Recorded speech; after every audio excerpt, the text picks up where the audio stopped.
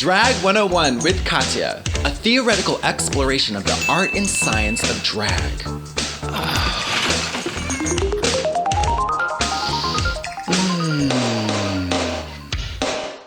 Episode 3, Tuesday morning lecture. Business, diversifying your drag portfolio.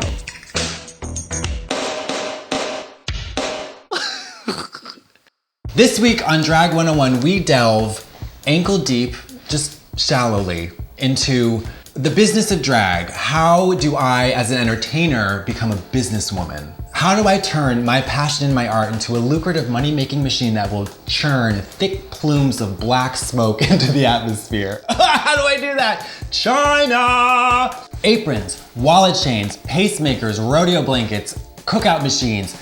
The sky's the limit when it comes to merchandise, and the only one paying the price is the Chinese atmosphere, so go for broke and never run out of stock.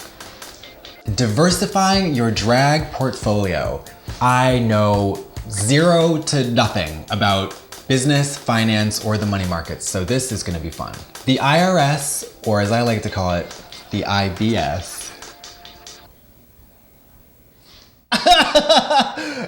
is an organization that serves to antagonize and intimidate the citizenry of the United States of America. Now, if you are an American citizen, you at some point have to pay your taxes. They say in life there are only two things that are certain: death and taxes. I would add diarrhea, but that's me and this is about you, so let's stay on track. The hardest thing about this is that I don't know anything about taxes or business or money, so I'm just gonna make it up. Now, one thing I do know about is thriving in an underground economy. Now that means we make our living in an unregulated, unsupervised, and pretty much illegal way, which is not bad. Not necessarily bad, not necessarily bad. And the thing is, you know, it's a cliche. It's not all drag queens are hookers, but they do all sell drugs. If you make your living underground, it can be very difficult to keep your head above water.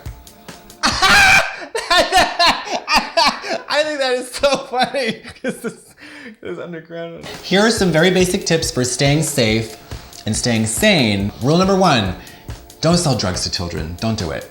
And don't sell children. If you're a hooker, do not solicit to policemen or men who you think might be policemen, even though a lot of policemen like to get sex from hookers. Now, here's the thing about policemen.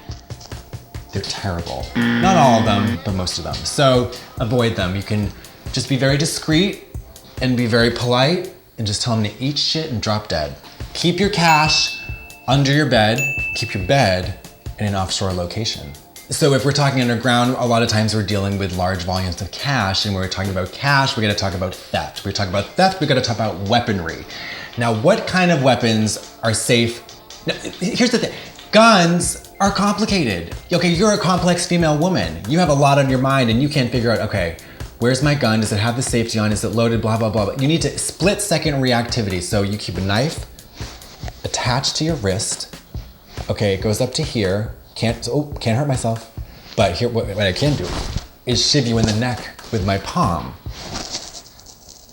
I don't advocate a life of crime, but I also don't advocate for any particular kind of life, because life is a mystery and it's your mystery. You're Jessica Fletcher. I'm not. Like a radish grows in the dirt, and it wouldn't be a radish if it didn't have dirt on it. So now onto the complicated topic of booking fees. Now this is really tricky. To accurately assess your fair market value, it's a gray area. You know, so this is what I've done. I pretend to be my own agent, okay? This creates an air of professionalism that otherwise wouldn't exist. For a long time, my name was Diane, and I was a German ex-engineer who emigrated to the States to manage entertainers. I was no nonsense. I had a very, very thick German accent, so I was on the phone a lot because they never understood what I was saying. You can kind of wiggle your way around promoters and club owners, because I'll tell you, this is the thing.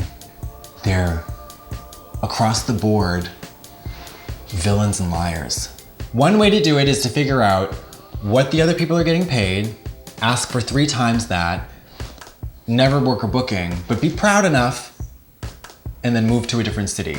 People do all kinds of crazy things to get a booking. I know one girl, she lived in Lynn. She kidnapped the daughter of the owner of the club she wanted to work at, held her for ransom. He paid the ransom. She used that money to hire back the girl she kidnapped to perform as a backup dancer in her talent for Miss Gay US of A 2012.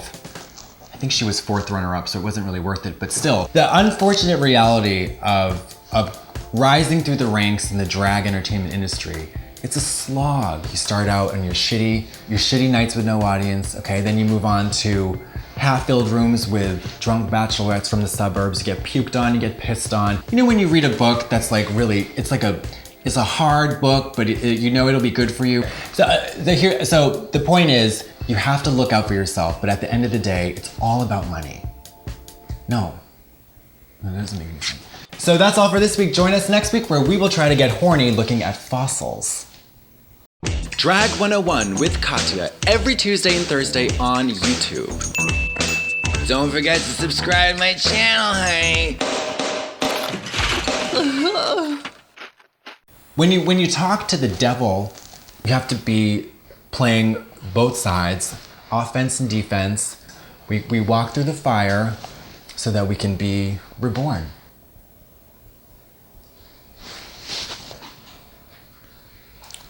Let's get back to money.